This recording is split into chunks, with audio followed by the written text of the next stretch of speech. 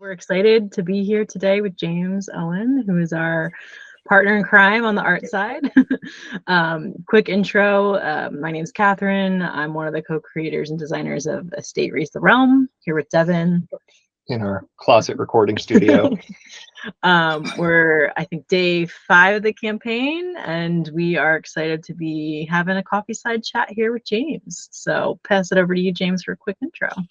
Okay, hello, people of wherever, all over.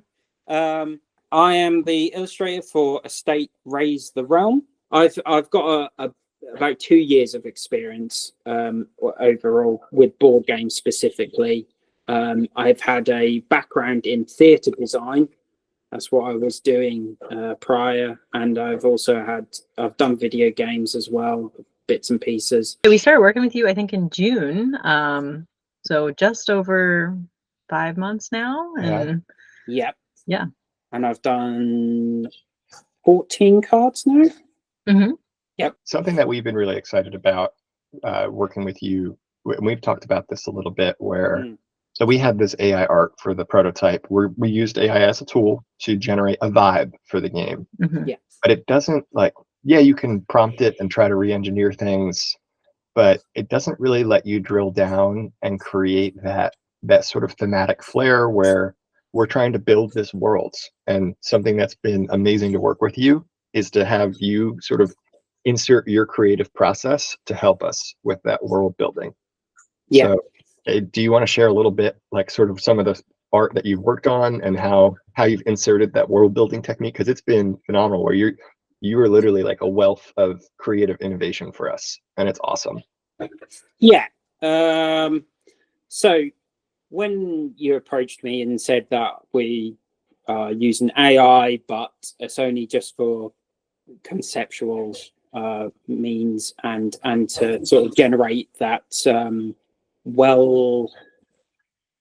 it's kind of a catch-22 when it comes to like Kickstarters, especially when you've got an indie development, because you've got your concept, you want to get it out there, but you don't have the visuals to sort of wow people into kickstartering it, and all you've got is the base layer of the game, which can obviously generate that interest to your game and the mechanics and all of that's great stuff, but there's nothing quite better than having really nice visual artwork to sort of pump and excel make people go, oh wow, what is this? I like to look at that. So obviously when you approached me, I was a little bit skeptical at first, because I was like, AI, right, okay. And then you obviously told me about what you had planned, that you wanted to basically do use it in a way that has a kind of, gives me a visual idea of where you wanted to take it, but overall wanted to do an overhaul on everything. So it's like a visual brief at the end of the day, and instead of having it as a, you still gave me a brief, obviously, and said the criteria and insight to what you were thinking of, and then I would take everything, so from the AI art to the visualization or the backstories, and I would sit there for a bit. Don't get me wrong, because I kind of was like, okay, we've got this, like for instance the agriculture lord. I kind of was just sort of sat there for a bit, because I was like, okay, maybe we should make him a bit more humble looking, and go down a route which was less sort of, he's quite stern character, what I turned him into, but he had he still was coming from a sort of humble background. And because you said to me it was kind of going to be medieval / going towards like the Renaissance, sort of vibe. So I looked up lots of clothing, what fortresses, what and locations would look like, and environments. Something that really stood out for me with the Agrarian Lord, you added a little symbol on one of the brooches. Yeah. And then this spawned like a whole topic of discussion between us where it's like, wait a minute, symbology for each of these leader factions. Yeah. And that has been sort of opened Pandora's box, right? Yeah. Where, Yeah. do you want to talk a little bit about that symbology? Yeah. So while I was looking at different things and obviously getting visual references left, right, and center, I kind of was like, well, what if we have like a bit of lore? Not too much. I didn't was like going to sit there and do the whole Elder Scrolls and say, look what I did.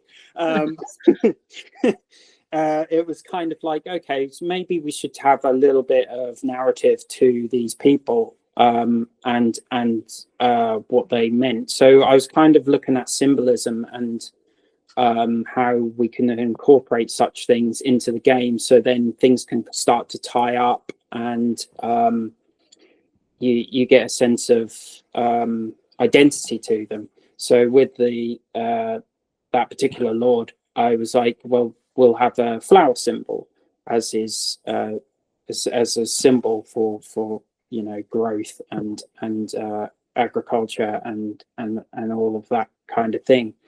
And then I was kind of like, well, shall we start to implement it to the other lords? And obviously I came to you, Devon, and you were like, whoa, this is amazing. And and I was like, and then I did sort of explain about how we could incorporate narratives into these visuals a little bit, in the sense of like with that particular lord, I put a little fortress in the background, and obviously he had fields of plenty around him, and then had the symbols. And I just thought, well, as we progress through the different cards, I wanted to implement different things into each art piece, not just with the lords, but also with the cards themselves, is putting out a little bit of narrative to not just what they represent as a card, like the era of plenty and the era of plague. Yeah, Era of Plague is one of my favorites that you did, because like the concept art was just like, oh, some skulls and death and everything, but you really gave it this background, and like now when we've shown it to other players, like they like immediately resonate. They're like, oh man, like that. I'm forgetting what the character is with like the hood like thing. The witch doctor, yes, kind the of witch thing. doctor. Yeah. So cool. And people just like love that, and so I feel like that creativity that you're bringing is amazing. Yeah, so that particular one is a really good example of putting in a mixture of symbolism and narrative, in the sense that I looked, so I had a town in the background which was just moonlit with no lights, so it's like dead. So there's a lot going on over there, which is really bad. Yeah. And obviously you had the main figures in the front, which was the witch doctor and this other, which obviously we had a bit of a dispute over, the guy with the wraps. Yeah, like the mummy looking thing. Because like for me, like I didn't really realize like that was a historical context, but now that I know that, I love that. And yeah, so with that, I read into plagues and what, especially the bubonic plague. I literally did sit and watch like a little mini documentary on YouTube about it, and I was like, and I did twist it a little bit, because obviously instead of having burials, which was what they did in that particular plague, I had them burned, which it was a creative twist on my part. We're in a fantasy world, so yeah, exactly. It's our world to build. But I did want to implement that, these people obviously have something that they died from, and they don't want to touch them. So read into it, and obviously they wrapped the bodies, so that obviously they wouldn't touch them. And then I had the witch doctor themselves are kind of, I had the idea of their like not a cult, but they're kind of, what can I say? Kind of like priests, where they take their bodies, but they have minions to take them with them. And these minions are the ones who kind of deal with the bodies, and they're all wrapped up to try and not get the pestilence, because they're still people at the end of the day. And I just, and then I had added the cart, which was a thing which, because I saw this image, medieval image of the plague, and I had this cart on it, and I was just like, that's what will really resonate, to say this is plague, and this is this, disaster sort of struck. And then I kind of was like, we'll set it in the night as well, because obviously the fire will blaze much more heavy, and everything sort of tied in together. And I think that piece really came out really strong because of the narrative. And as for the other, like, because my personal favorite card that I did is the mage in the I was going to say it was a shop. Yeah. Well, the thing is, I was kind of, because when I read the brief for it, I was kind of like a bit like where to take this, because kind of was conceptualized in the real world, and with witches and stuff like that. Everyone's like a bit like, ooh, hocus pocus.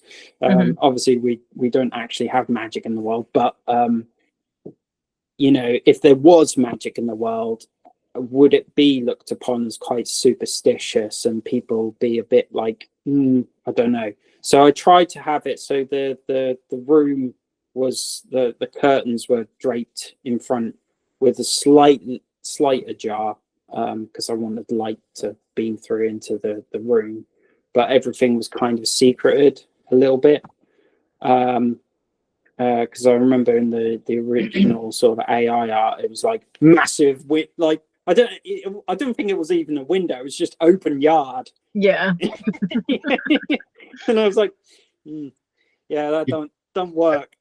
That piece of art as well, you threw in a couple Easter eggs, which I love. Like yes, I did. Call outs. You may see that as you're looking through the art. We've got call outs to some of an homage to some of our favorite, should we say, games and stories. Yeah, I didn't want to put too many things in there, because I was like, I can't fill this room up with, like, I don't know, the Master Sword or whatever. But yeah, so I have threw in a few in Easter eggs, and what I do intend in the process of like stage 2 to the project is start to put elements from other parts of the other cards into parts of the cards going forward, so then you can see where the similarities come in.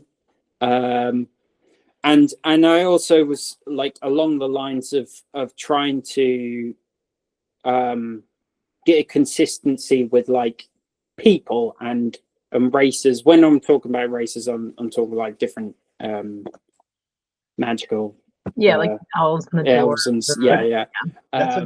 That's another great call out, just from like and I'm not trying to be comparative here, but when you use AI, you're creating a lot more bias in your art. And it defaulted to white men so many times, and like even with the prototype, even though I know it was like going to like go away, I still wanted it to be diverse, because it was going to be on the table playtesting with people, and took me so much effort to like read, prompt it every time. And like that's something we definitely, as we're continuing to finish the game with you, like we want to make sure that we are bringing in a diverse representation of all kinds of people throughout so and we're gonna have our collective bias, right? But we can now assess the art and look at our distribution and what things look like, and obviously we're going to try to come up with some appropriate distribution for the world, but that's really not possible with AI for sure.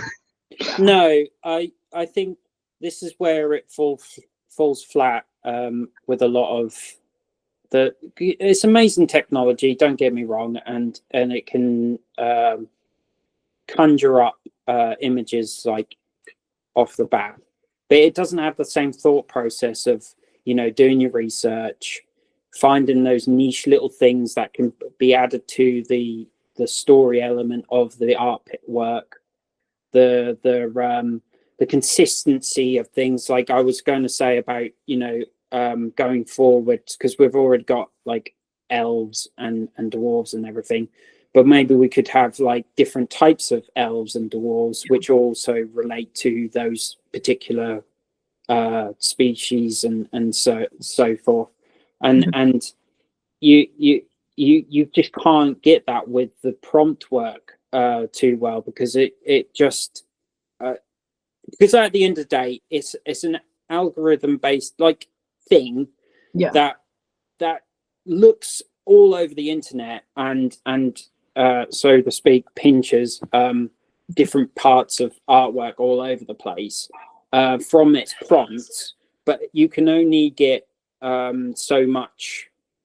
You have to put so much information into it to get exactly what you want, but it's still limited. Even then, it's not exactly what you want. Yeah, and it's still guessing. Yeah, and one thing I wanted to go back to, which is you were talking about how like you're planning to overlay some pieces of like the world in each of the art, and that was actually one of the coolest things I thought about the Everdell art. I don't know if you've ever played that game, but that has like critters and constructions, and cards let you play other cards, like they're kind of connected there. And like the one that like lets you play the next one like always has that something from that next one in it.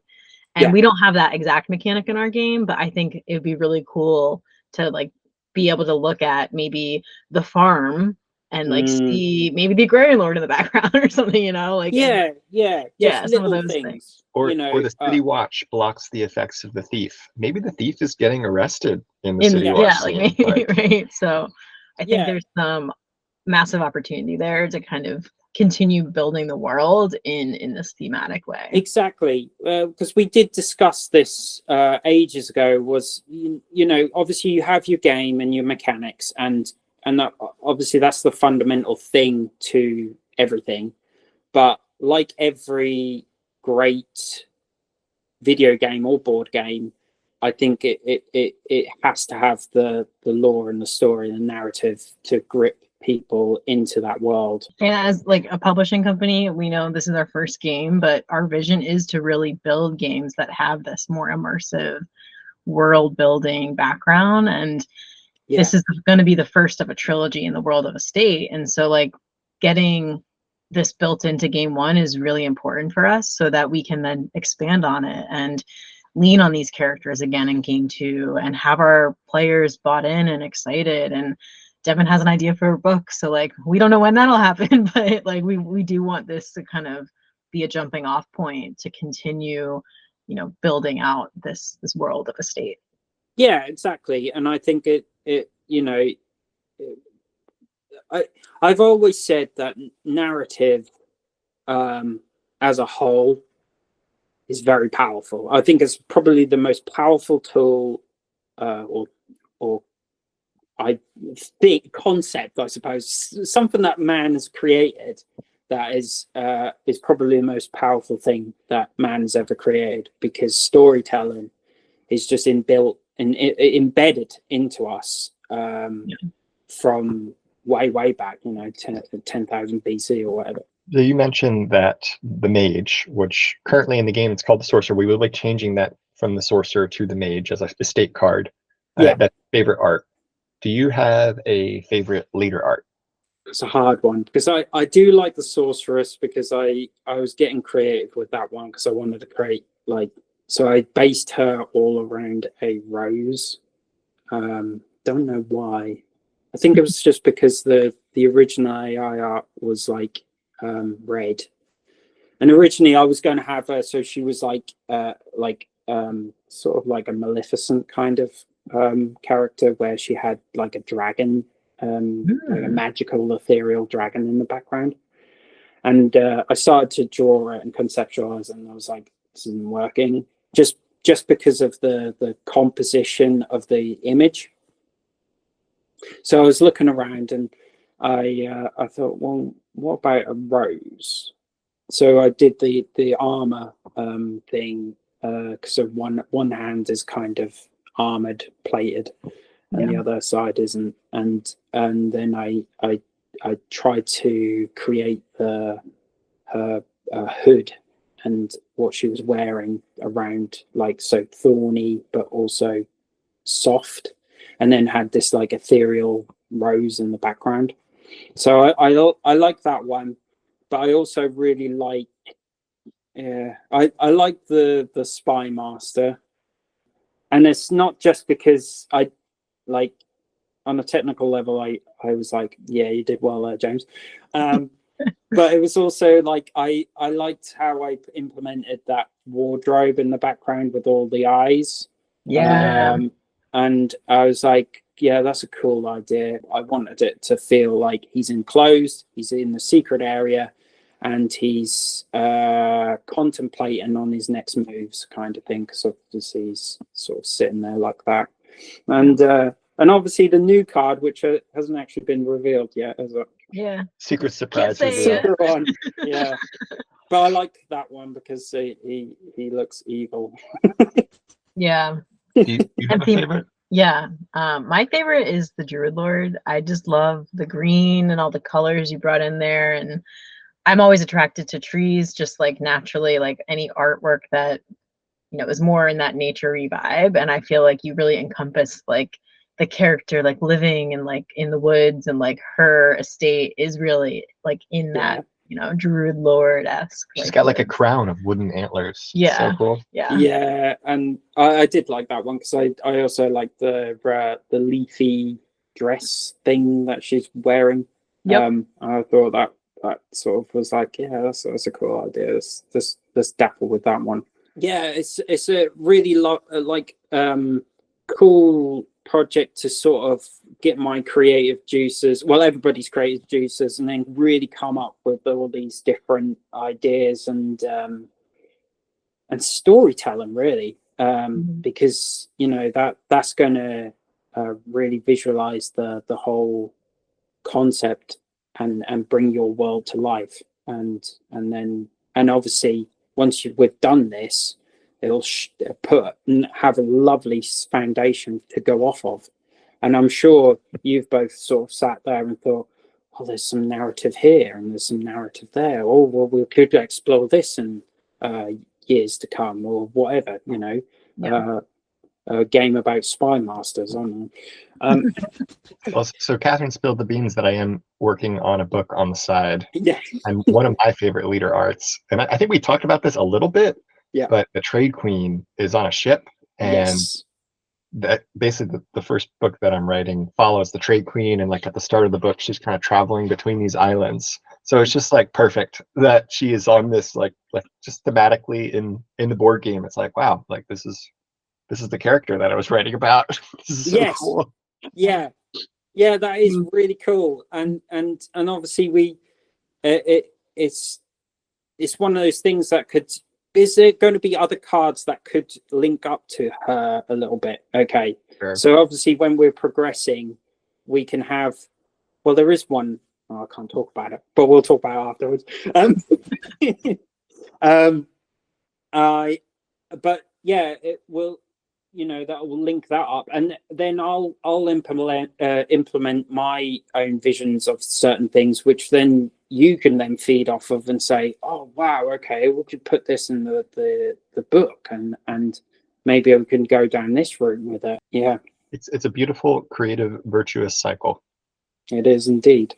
So just to sort of wrap up here, James, we do have a couple more questions for you, and this is more, I think, for our audience. So we're a small publisher. This is one of our first times working with an artist. If you were to give feedback to other folks working in the board game industry, like how to go about, or any industry, or really. any industry, how to go about, finding and collaborating and working with an artist, like what would be your sort of favorite suggestions, tips, anything you want to share on that?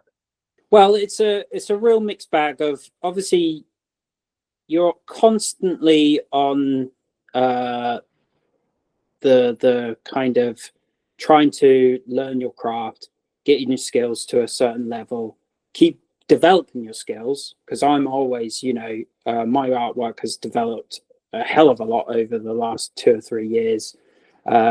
Connecting is key. They are such a huge, it's talking to great people like yourselves, and not just in like developers and indie people, and obviously big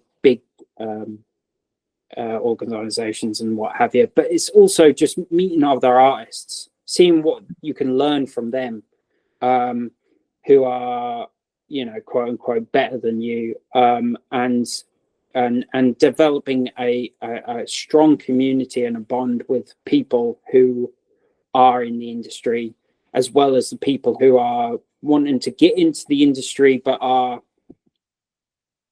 on a more external, like they're not artists, but they are developers, they are publishers, they are even marketers, or even if you're lucky enough, which I haven't got to that point yet, but if you can get an agent, that's highly recommended.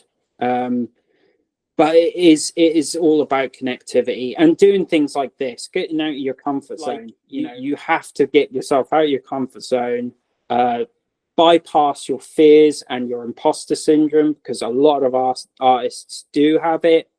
And even the ones where, I've met artists who I think are better than me, and they have the same issues of trying to get over their sort of their own imposter syndromes or their own fears, and then just pushing yourself out of your comfort zone and meeting all these great people, because at the end of the day, everybody really and truly wants to just create incredible things. Mentorship in general too has been really incredible for us, because like we're first time publishers in this space, and like just hearing from other people just like us, what are their tips and tricks, and going through it. And maybe one final plug is like, how if someone was in our shoes, like I can share how we found you, but would you have any tips on like resources for a game designer to like reach out into the artist community to find a partner like you?